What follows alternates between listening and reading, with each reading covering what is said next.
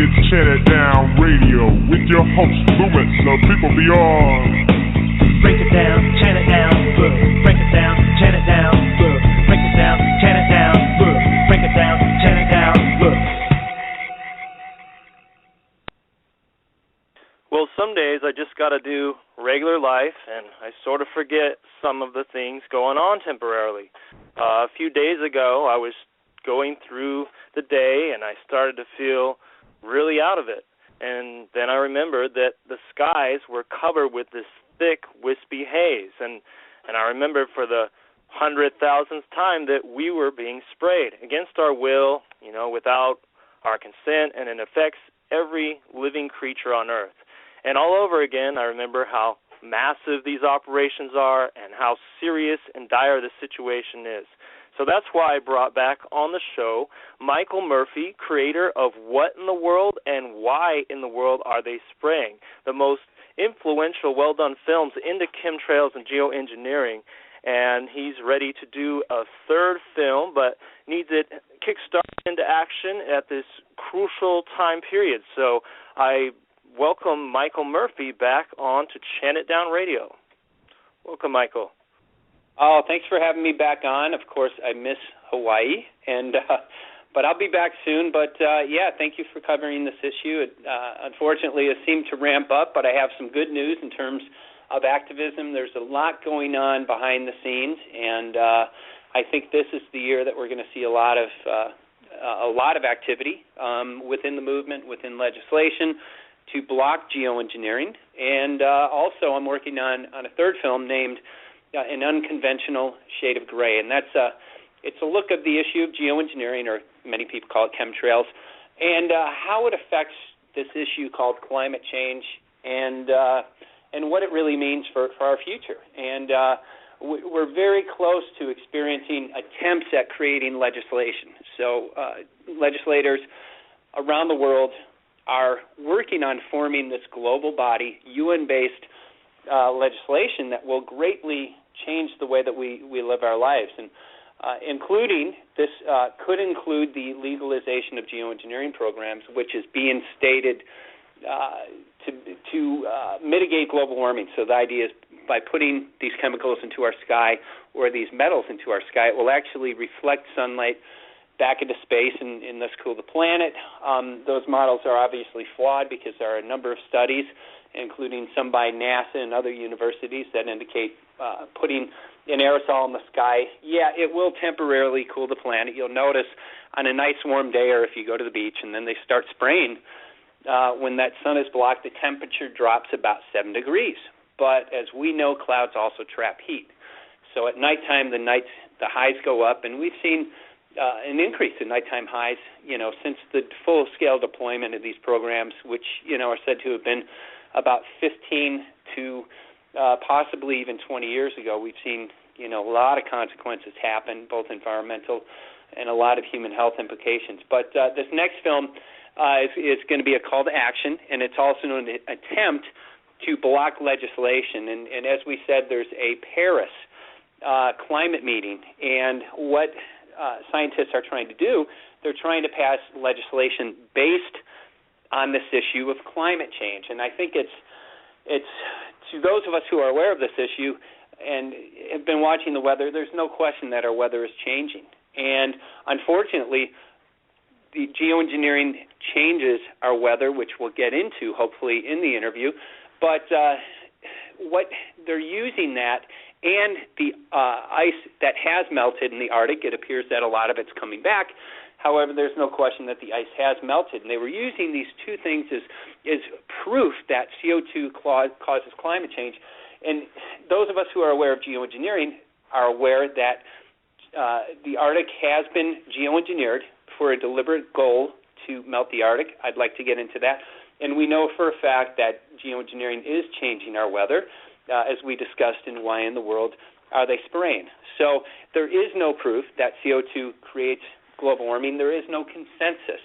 So based on that, and based on what we are aware of, and that's the ongoing geoengineering programs, the models are at best flawed, but most likely, in a number of cases, fraudulent, because the big elephant in the room, the people who are moving forward to pass this legislation are well aware of geoengineering, or many of them, and based on the fact that they're leaving the biggest climate-changing factor out of the equation, it is fraudulent. Of course, there are a number of individuals, corporations, and that benefit from this, and of course the 100-year-old agenda to create global governance. This is a global issue, so it's the perfect excuse and the perfect, actually, scam to create global governance. So we have a very serious issue. We're in a very critical time, and there are some individuals speaking out about this, and a number of scientists, as a matter of fact, but they're literally getting squashed by the corporate mainstream media that has a stake in this climate change or global warming agenda. So there's a lot going on, and it's an exciting time to be able to address this, because I think we have a fighting chance at blocking this legislation. Right. Good. And what was the name of the new film again? I didn't catch that. The name of the new film is An Unconventional Shade of Gray, or a UN Conventional Shade of Gray. We just came up with that today. The UN, we're working on a website right now, so I'm not sure what that website is, but for anybody that listens to the archives, if you go to whyintheworldaretheyspraying.com, you can watch Why in the World Are They Spraying, also What in the World Are They Spraying, and there will be a link up very soon to An Unconventional Shade of Gray. We have the artwork done, and I'm working on interviews at this time. Nice. Good. I remember when we talked a while back, you had a working name in progress about who in the world are they spraying. Were you planning on covering a little bit of who may be doing this in the next film? I'm going to be covering what I had learned during the investigation. Unfortunately, my co-producer Barry Kulski had used money for things other than what we had contractually agreed upon, and a lot of that was donated money. So I'm working legally to get that back and to repay our donors, because I think we have an obligation to do that. So I'm taking the necessary legal steps to protect the interest of our donors and also of the movement. So hopefully good things will come, and I hope that he decides to make the choice that's both ethical and in the best interest of our donors. So with that being said, I have learned some things along the way in terms of who, although right now I think the most important thing, this is a call to action. So it's based on the legislative attempts that have been made. There was a Berlin declaration. That was a declaration in a Berlin meeting where scientists tried to get global legislation passed to do regional, small-scale geoengineering.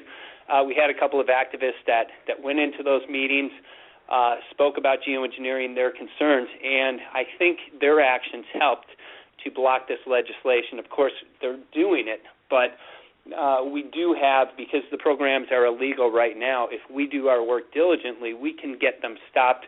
And if legislation is passed, it's not the end-all and say-all, but it becomes a much greater challenge in terms of stopping these programs. So it just adds a couple extra steps in, but, I want to encourage people, even if you're listening to this, if legislation were to get passed, continue addressing this, and we can get our country back, we can get our skies back, our clean, fresh air, water, and food. And those are things that are most important to me, so I'm definitely fighting that. But so anyways, Unconventional Shade of Gray is really a call to action, and it's based on the place where we're at. And I think we're at a critical time because we have a climate meeting in Paris, France, and that's in December. And that's where it appears that, again, scientists and legislators are going to try to create global governance with a climate treaty. And, of course, that erases the Constitution. That really takes the authority away from our government here in the United States, and it removes our sovereignty, which completely erodes the Constitution. A lot of people aren't aware of this. The U.S. is involved, as well as 65 other countries, in establishing 65 countries, over 500 climate laws. And those climate laws are scheduled to go into effect in 2015, this year. And a lot of people are unaware of that, including legislators and scientists. But President Obama has what he's calling a climate change re-education team, and he has 15 mayors and governors from around the U.S. who are going out to local municipalities, re-educating them on why they should give up their sovereignty and why it's important to address this issue of climate change. And our concerns are vast.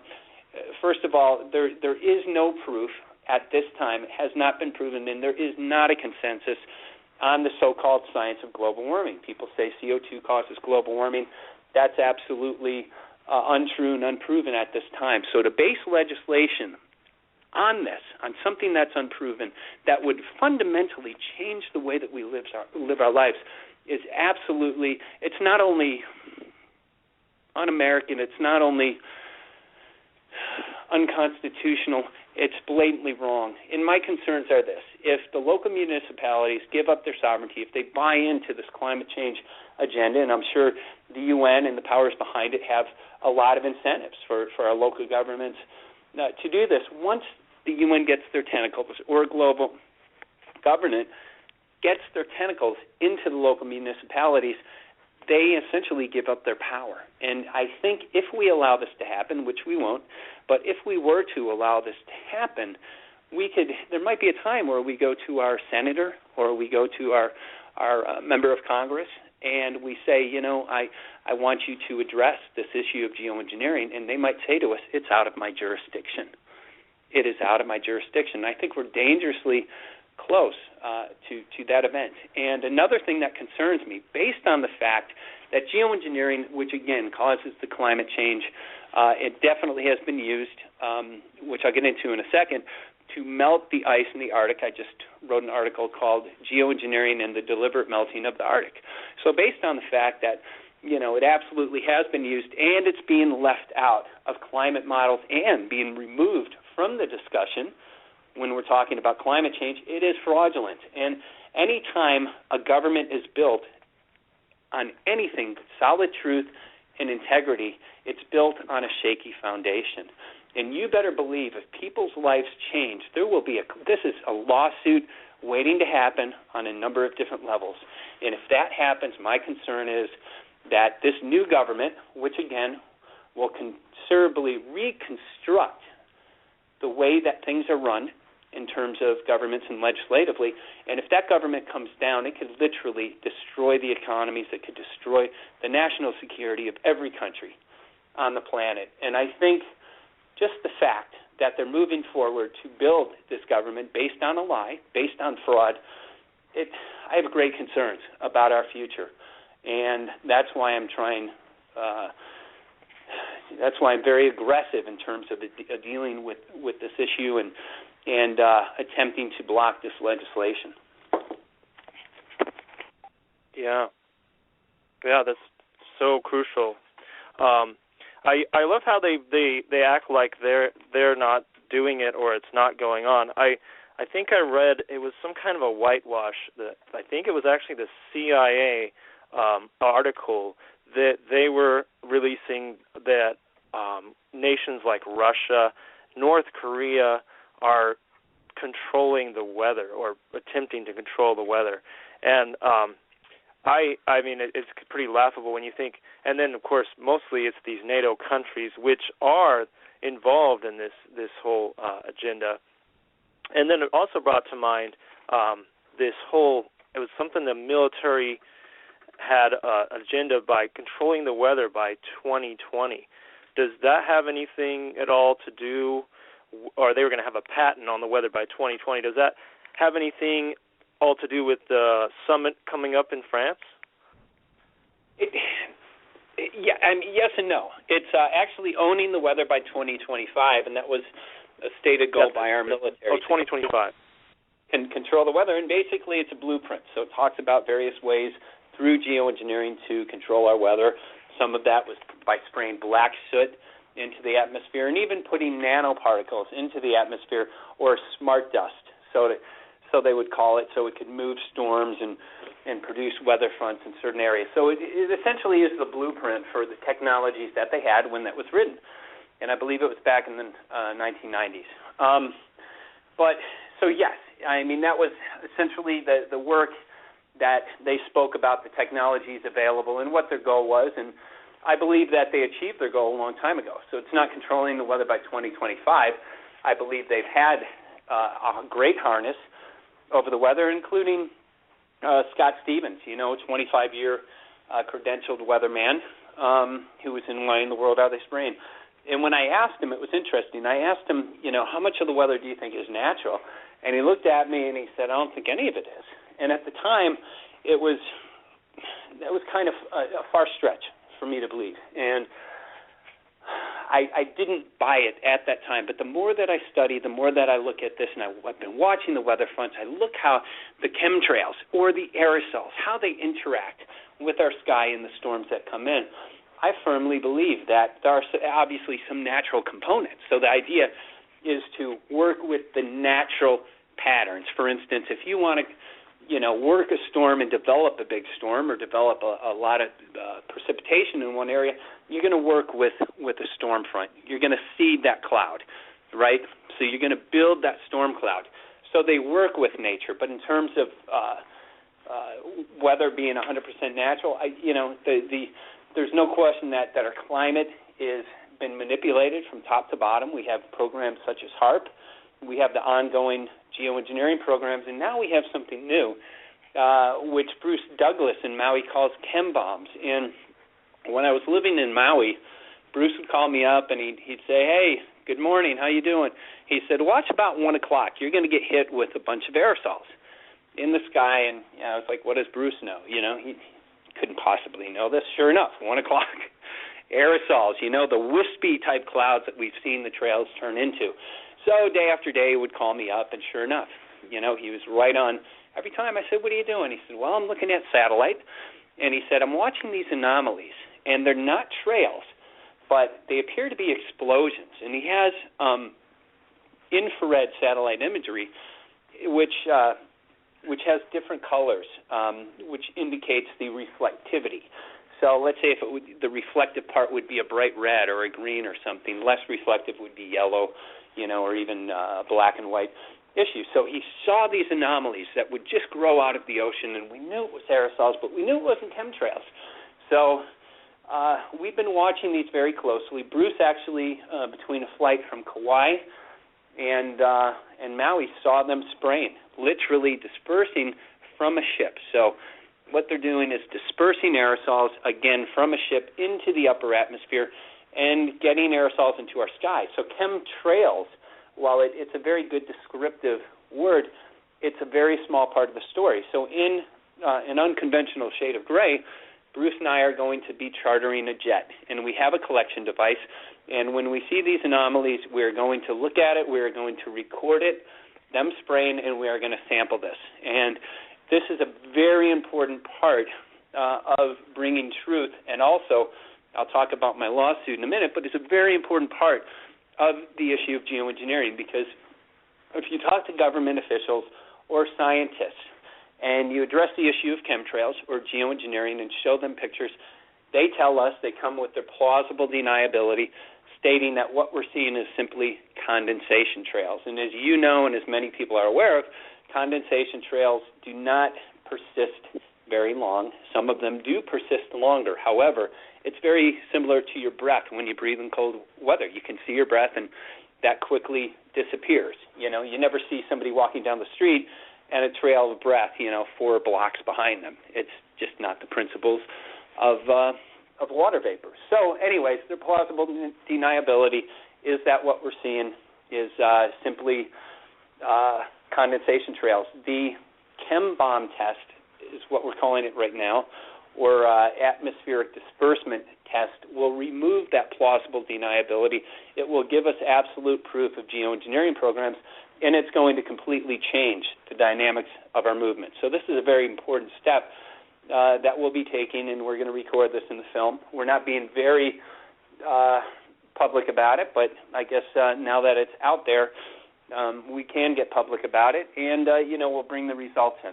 So that's going to be very exciting. And I'm also talking to attorneys about moving forward with a class action lawsuit. So this film is going to include both of these aspects and also promote the class action lawsuit. And what our goal is is to look at the different damages that people have experienced. And bottom line, people experience all kinds of damages, and it could be monetary damages, it could be human health damages, it could be weather-related, flood-related. All of these things are interrelated with geoengineering programs. And when we pull enough people together, a couple 100,000 people, I think we're going to have a very strong lawsuit, and I think we're going to have more attorneys get on board with this, and it's going to be economically appealing to some of the attorneys, but it's also going to be good for the general public.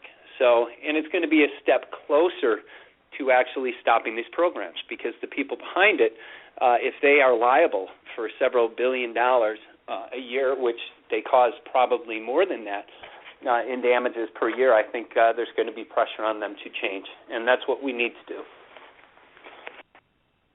Right. Very good. Yeah, one of my questions I even had, I was going to think, because people ask me a lot, is has anyone ever attempted or been successful at getting a sample up high in a chemtrail itself or a chem cloud? But you kind of answered that already, that, I don't know if anybody ever has got that high up and got a sample, but with these chem bombs, it makes it a lot easier. You don't have to go in such a high altitude and get a fresh sample. So, absolutely. But has anyone ever attempted that before, or is this like pioneering that first time that you know of? I believe it's a pioneering. Now, we have rain tests from around the world that have come in, and after we released What in the World Are They Spraying, people from literally around the world started sampling the rain. So we have an extensive library in terms of proof of that. However, I'm not aware of it. Now, I did hear that there's a film coming out very soon which is called Overcast, and I have heard, now this is a rumor, that Overcast had performed such a test. With the trails, from what I'm aware of, I don't think it was a chem bomb. Very important, though, but the rain tests they're an incredible indicator of atmospheric contamination, much greater than an air test, because what's in the atmosphere is in the rain. And so we have absolute proof that these programs are ongoing. But, again, there's that plausible deniability of the trails, and we need to get past that. We need to evolve. The movement has to take more aggressive approaches into obviously in a peaceful, nonviolent way. Maybe aggressive is not the word that we want to use, but we have to become more assertive in our work, and we have to change what we're doing, because bottom line, the programs are still ongoing, and beating the same drum that's been beat for 15 years, yes, it has created awareness, but we need more than awareness. So becoming aware of this, yes, that's important, but awareness alone is not going to change anything. It's awareness with action. And the action part is what creates the change that we all want to see. So it's where the rubber meets the road. And again, simply learning something does not empower you. You can study medicine for 20 years and never go into practice. And what is that going to do? It's absolutely going to do nothing, because you would get arrested if you practiced. But if you're not practicing, you're not helping patients or yourself. And it's very similar to this. Right.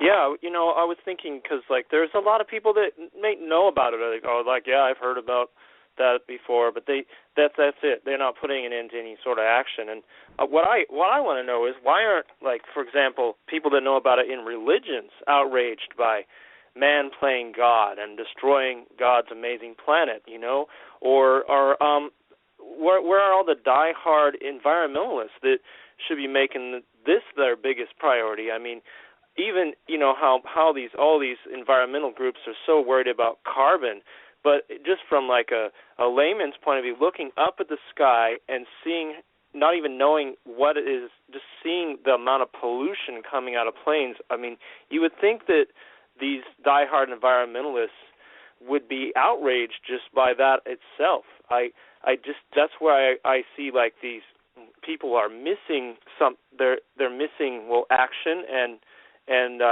these people that would be active are missing the information needed to get them to know this, because I just don't. I run into a lot of environmental people, but I try to tell them about this, and they don't accept it. So I guess, what I'm saying is that's definitely where the movement needs to go. I've had a lot of success in terms of talking to people in Greenpeace, and usually the less you say is more effective. So I always have DVDs.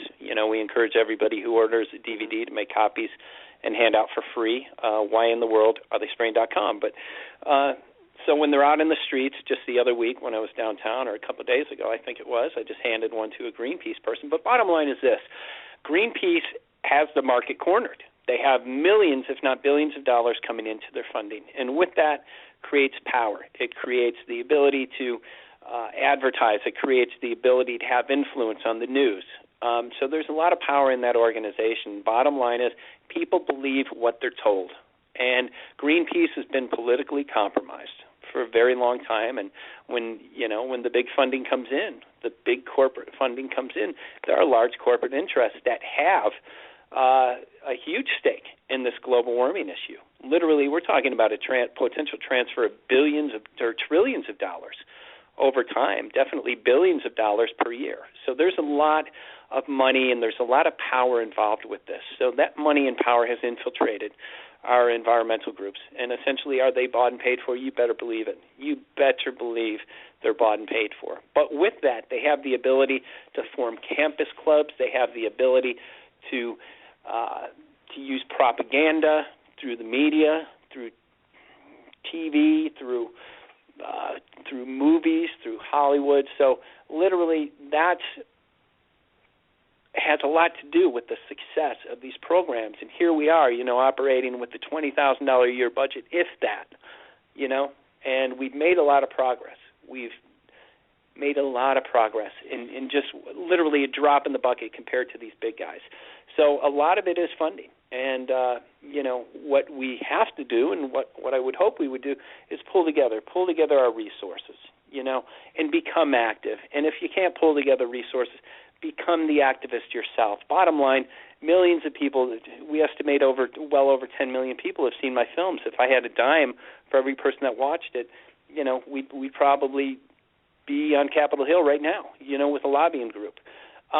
So if all of those people actually just handed out one DVD per week or put, a link, my films are available on YouTube. So if they sent those links or posted them on Facebook once a week, think about the exponential growth that we would have in the movement. And because that economic component isn't here, we can't expect somebody else to do this. So it's so important as activists that instead of looking what other people are doing or just learning about this, we can't store this information. We have to share. We have to disseminate this with whatever means possible. And that's why, we listed, I copyrighted the films, but I encourage people who order the DVD to make copies and hand out for free. And that allows some funding to come in, but it also allows the issue to grow exponentially. And that's, that was my hope for the film. And bottom line is resources absolutely help. However,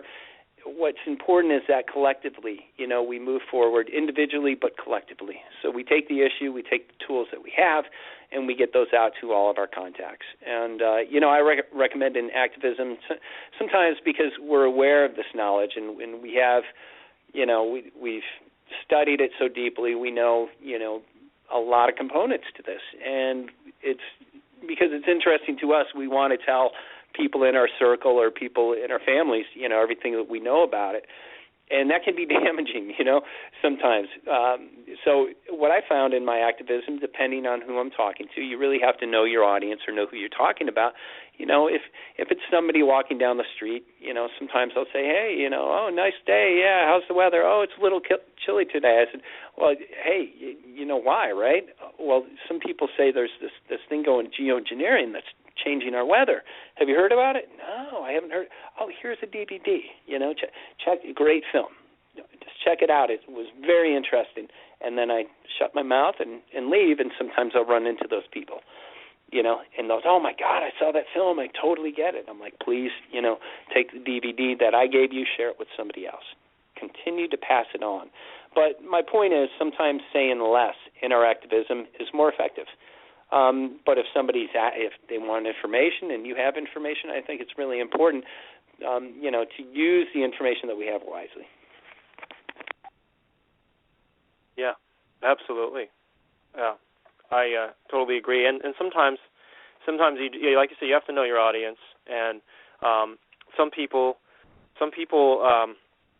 you just meet them at the right time too. And you have the DVD, and you said very little, and those are sometimes the best people that you didn't have to do any convincing, or you didn't have to argue with them or anything. Just a couple words and drop them a DVD. I think that's awesome. And DVDs, movies are say so much more than telling somebody to just go to a website. I think it's or telling somebody about it. So a movie is such a powerful tool. Absolutely. I was going to ask you, what are some of the other agendas that you plan to cover on the next film? Well, it's more a call to action.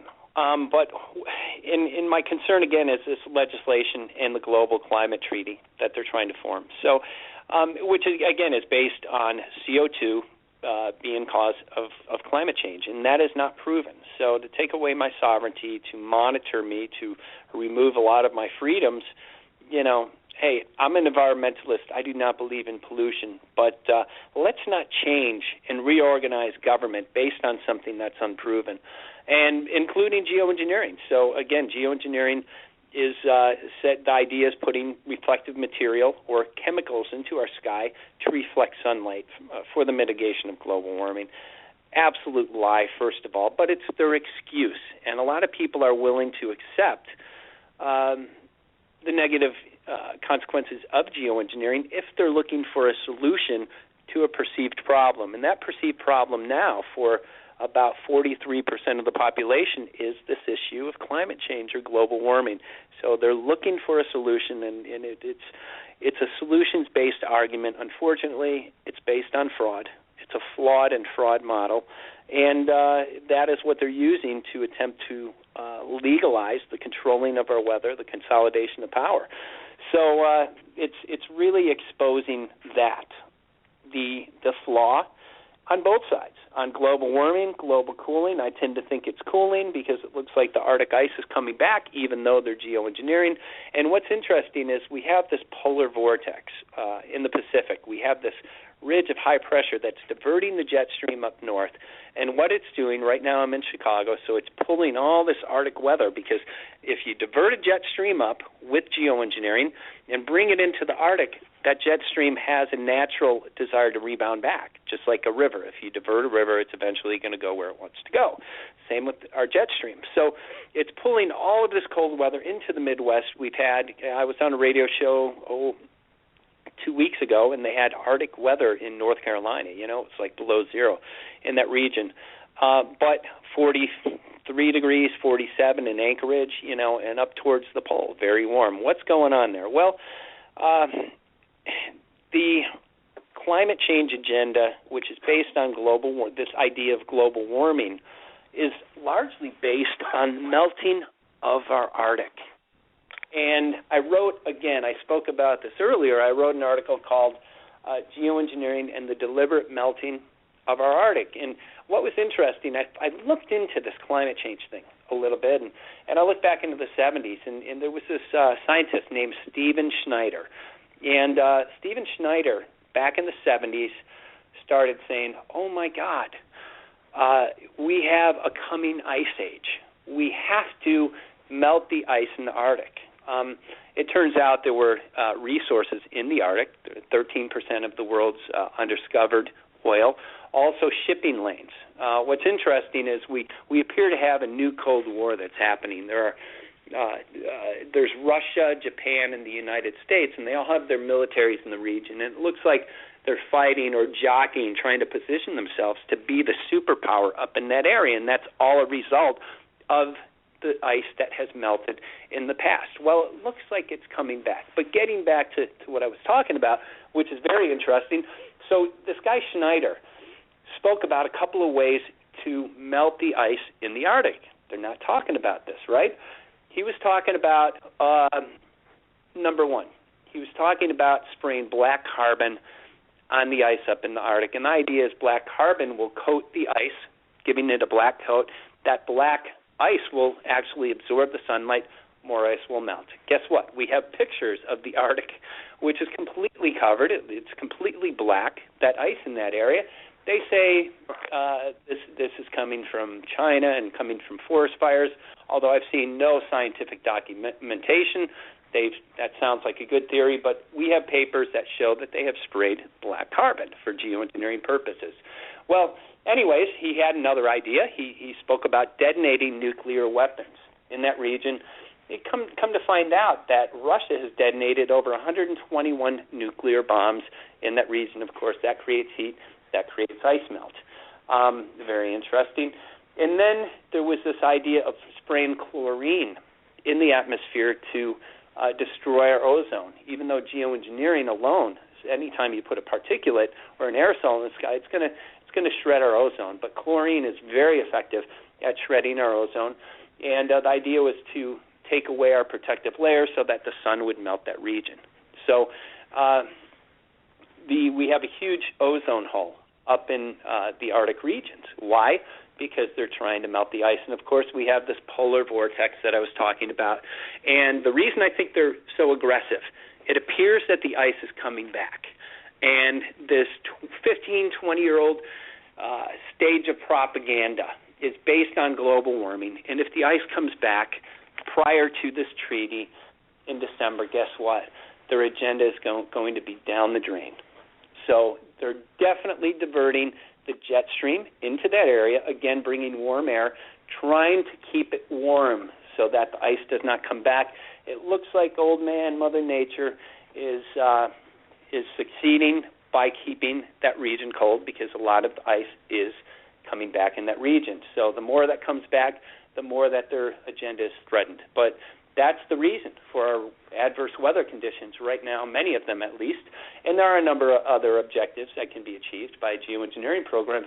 But this really paints the big picture. And I would venture to bet if legislation is passed, which we're going to do everything that we can to block it, if it were to be passed, I would venture to bet that polar vortex would go away.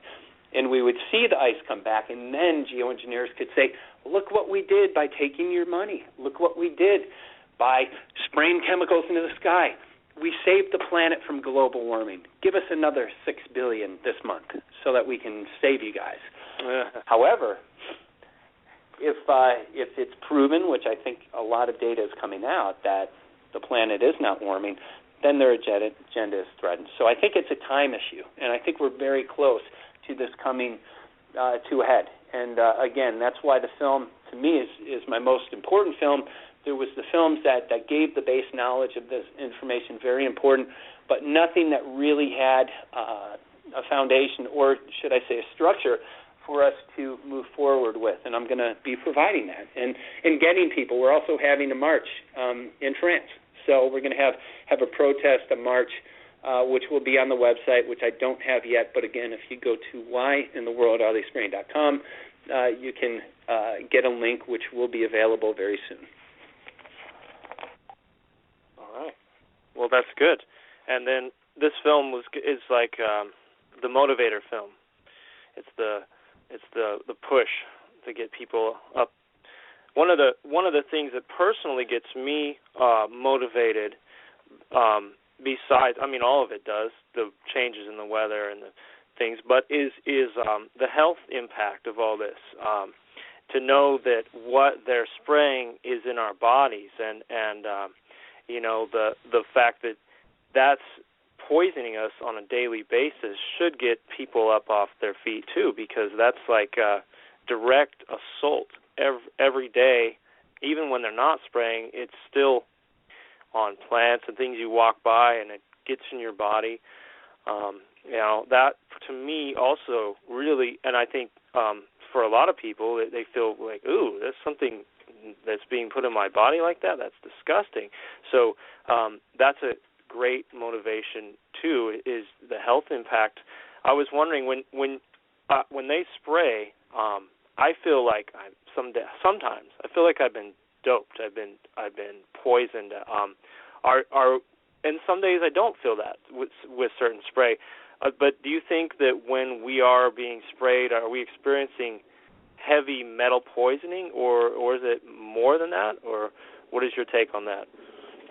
I think all of the above. I think there are many components and a lot of unknowns that we have yet to learn about. So, that's the exciting thing about investigating this issue.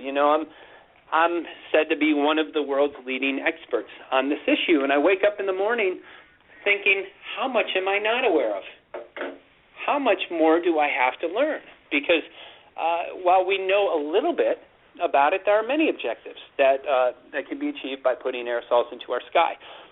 Some of that, which was even addressed in Owning the Weather by 2025, was having mind control effects, which stated their desired outcome in interrelation with these programs. So as far out as it may seem, bottom line is this: when we inhale nanoparticles, which are being put into our sky every day all around the world, and they stay up in the atmosphere for about a year, they don't come down right away. I think some of the particles come down quicker because I've noticed, some days I have anxiety. A lot of people complain of irritability, nausea, headaches. During some days, certain spray patterns seem to have different applications and different meanings. But when we're filled with heavy metals, aluminum is a conductor, and it's a very effective conductor in our sky. And I think in Hawaii, just my experience we're seeing a lot of lightning in Hawaii. That was not the norm 15, 20 years ago. But our skies are filled with conductors, so we have this electrostatic phenomenon that's going on a regular basis, not only there but around the world. We have record lightning strikes just about every place in the world, but we also have that conductor in our bodies. And with Wi-Fi in the other frequencies, it makes us it brings us in resonance with that. It's because we're filled with conductors. And a lot of different things by electromagnetic can affect the way that we think. It can affect many different things, including our sleep. So there are a lot of different applications. Now, why would somebody want to do that? It could just be regional testing. And the U.S. government, as well as other governments, have, a long list. There are literally thousands of declassified documents of them experimenting with citizens. We have the Tuskegee experiment. There was a housing project in St. Louis back in the 70s. And these are just a couple of the many examples of where we have been experimented with. So I think, it could be experimental, where they put a desired frequency out into a community and then, look at some of the crime rates and other things. And this is, certainly speculation on my part. It's not scientific at this point, but those are, without question, possibilities that can be interrelated with these programs. Yeah. My friend on Maui actually ran into somebody who had a really bad case of the Morgellons disease, and linking that into the whole chemtrail spray too, which has been done pretty well by Clifford Carnicom and that study. But that's a whole other can of worms too. But yeah, this experimentation and biological testing is seems to be another part of the agenda too. And I always look at it like because the people that are in control are control freaks, they want to control everything. And if where they're going to dump stuff on people, they'll go, hey, well, how about we try this too? And so I see a lot of different things going on. And I've noticed personally in my life, I was just thinking about it a while back, remembering around the time they really started to ramp these operations up, that my overall anxiety levels have gone up around that time. And I mean, I know that as you grow into adult life, in the system, life gets more stressful, no doubt. But I'm a pretty chilled out guy most of the time, and I feel that it has something to do with them changing our atmosphere into a charged atmosphere, probably activating these metals through HAARP technology. And because when I go out into nature, I almost feel like deep out in nature, I almost feel like I return to my old self again. It's a pretty modified environment that they've made here. And it's very, very crazy to think about and get into. But again, with the weather, though, I see the, as you know, as you've lived out here, I see the disappearance of the trade winds. And I know how what we've been having this year is they've been heavily spraying for a while, and then they'll stop, and we'll have these. Our normal trade wind pattern, for those of you who don't know Hawaii, is it comes from the northeast and it brings most of our rain, precipitation. We're getting these southwest winds now, and they blow trees down in the wrong direction that they're used to being blown, and there's more blowdowns than ever. I've seen so many trees getting cut down because they fell over from these conflicting winds, plus even like the surfers here on the North Shore, their surf's getting destroyed by these crazy winds. And I've noticed this same pattern in correlation too with the drought that they've been having in California. Is that all connected? Oh, without question. And one of the things that we're looking at in the films, and I just spoke with the Farm Bureau. So we have, again, this polar vortex, which is not only bringing the warmer air up into the Arctic, but it's also bringing the precipitation that should be coming right into California. So with that, of course, what we have is drought. Now, is that an unintended consequence or simply a stated, goal of geoengineering? I tend to think more of a stated goal, because what we have California is leading the charge in terms of climate change legislation, Agenda 21 objectives. And if you look at the dynamics, right where this drought is hitting, it's in the Central Valley of California. And the Central Valley, about 6 years ago, grew 50% of the fruits and vegetables of our nation, of the U.S. So what has happened now with the drought, a lot of farmers are going out of business. And I was on the phone with one of the farmers' bureaus, and what they started to do was pull water from underground, so going into the wells, going into underground water. However, not only is there a drought, but they used, through Agenda 21, the Delta smelt being in danger of extinction. So because the Delta smelt was in danger of extinction, Jerry Brown, the governor, literally cut the water supply off to the farmers, and that water is going right into the ocean. So with that, what we have are farmers left and right going belly up. They're going out of business. They can't produce the fruits and vegetables that they once did. And what that does, not only can it be a property grab, if that's what they choose to do, but being that the U.S. is 50% dependent on the Central Valley, it's literally the breadbasket of America, or was the breadbasket of America. Now that the farms are going up, what people in the U.S. have to do now is become interdependent on foreign imports of fruits and vegetables. And that creates a world market. And then when you create a world market, you have to create a need to establish global governance. So it's this global government, new world order agenda, and geoengineering programs are essential to bring this to fruition. So not only can economies be manipulated by weather events, you can manipulate governments, create instability in certain regions, such as we do what we're seeing in California. And, the governor right now just shut the water supply off to those farmers. Not a very good scene. Coincidence? Not based on what we are aware of. And based on geoengineering and based on the several, and I'm not sure what the number is, but weather modification projects in California, apparently they're not too successful. They're not too successful, or it's a stated goal. And I would tend to say it's more of a stated goal because of this polar vortex that we're seeing. No question about it. So there are a few people that benefit at the expense of everybody else, and that's what these programs do. Yeah, right. And of course, like you covered in the Why in the World film, the weather derivatives and all that too. And so, put out the call-in number real quick. Maybe we can get a few callers in. If not, no worries. But 347-324-3342 is the number if you'd like to join in and have any questions for Michael Murphy. We've got about 10 minutes left in the show. Michael, how can people help support the film? We will have a link on whyintheworldaretheyspraying.com. I also, if you go to the Facebook page of What in the World Are They Spraying, put in Facebook, What in the World Are They Spraying, I have a donation link there where you can help support this, donate whatever you can. and it's absolutely essential. You know, you can't make a film on nothing. Unfortunately, it does cost about $60,000. I've raised about 10% of this. So in the past week, so I've got a lot of, and that's at the bare minimum.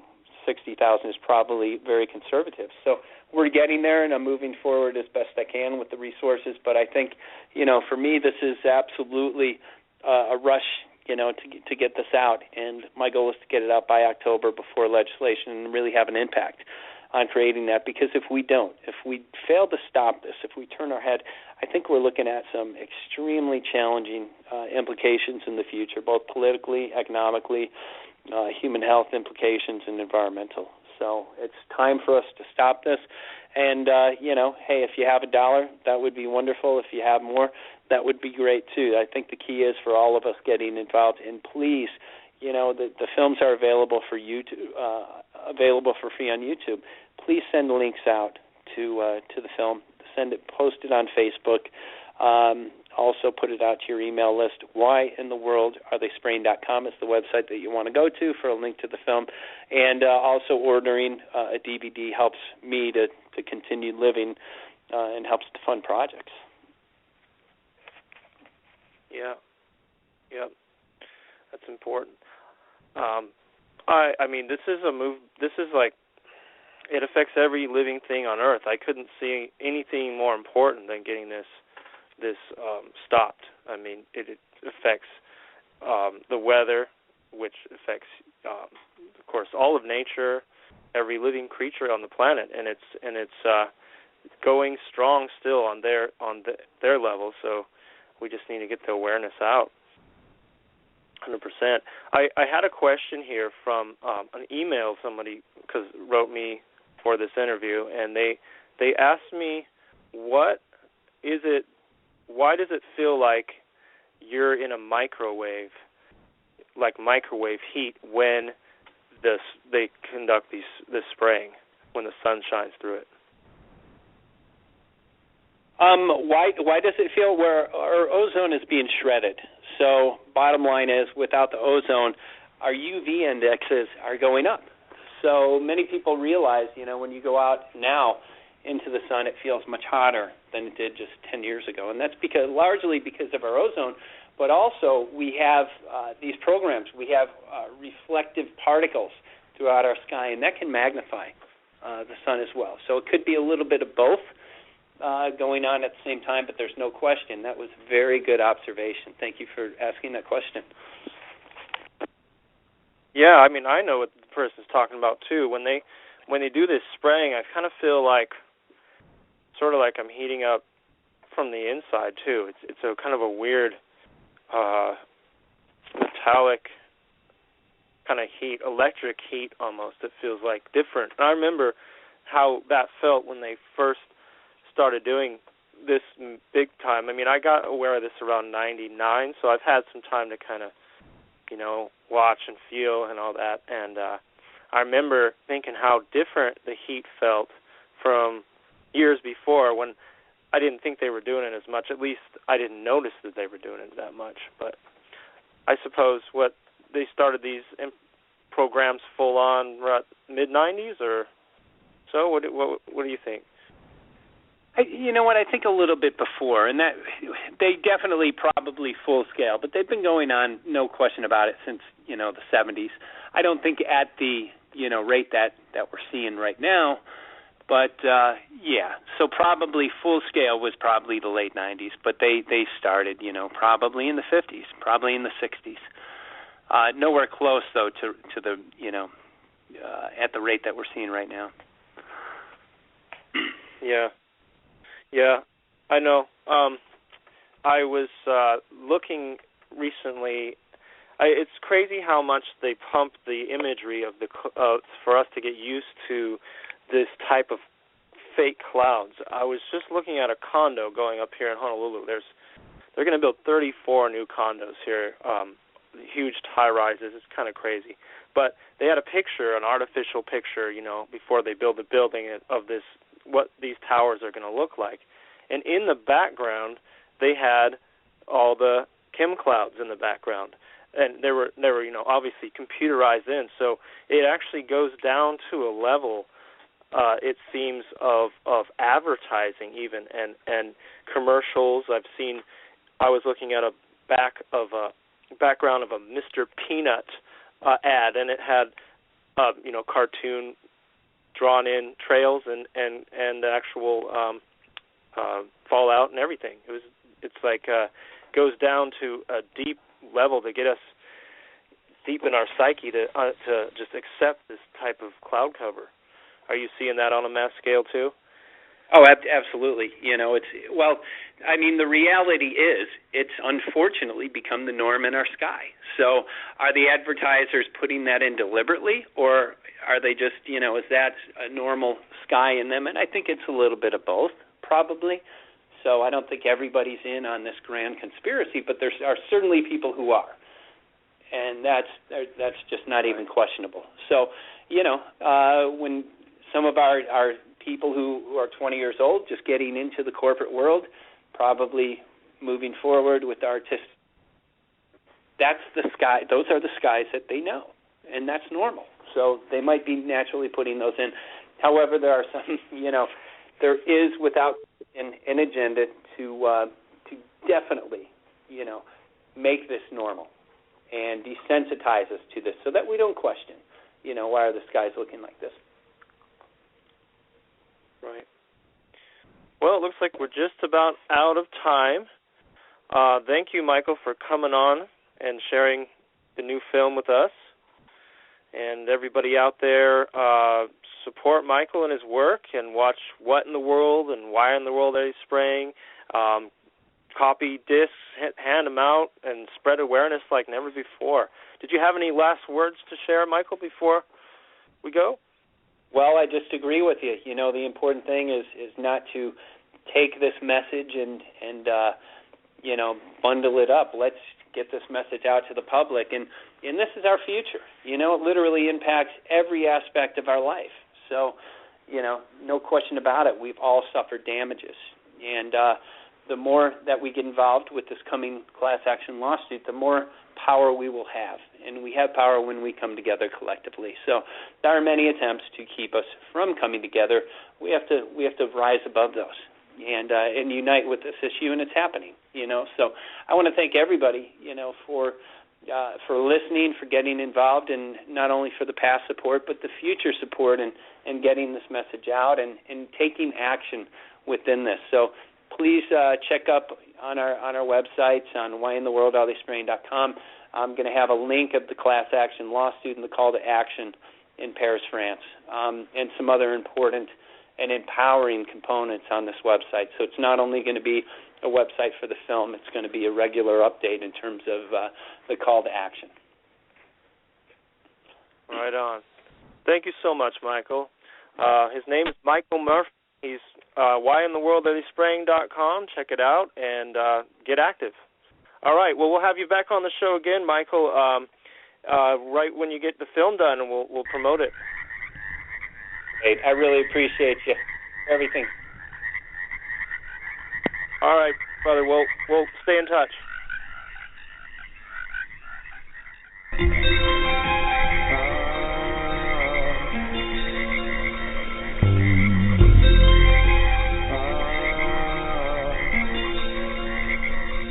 Episode 51 of Chan It Down Radio. Thanks for listening and tuning in. This is a part of the Real Skyfall series. Check out episodes 6, 9, and 10, which I've shared more of this information. Chan It Down, everyone. Much love.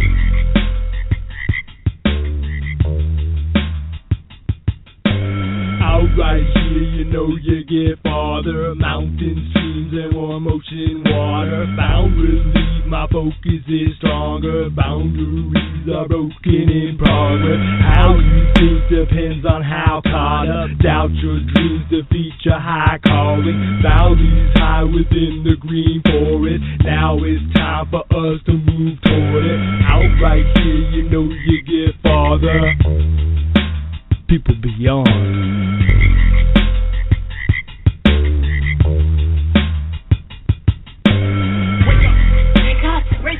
Wake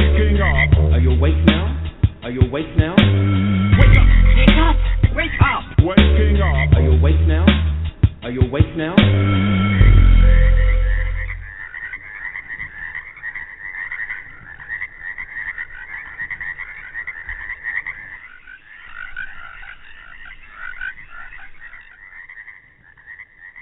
confirm. Are you awake now?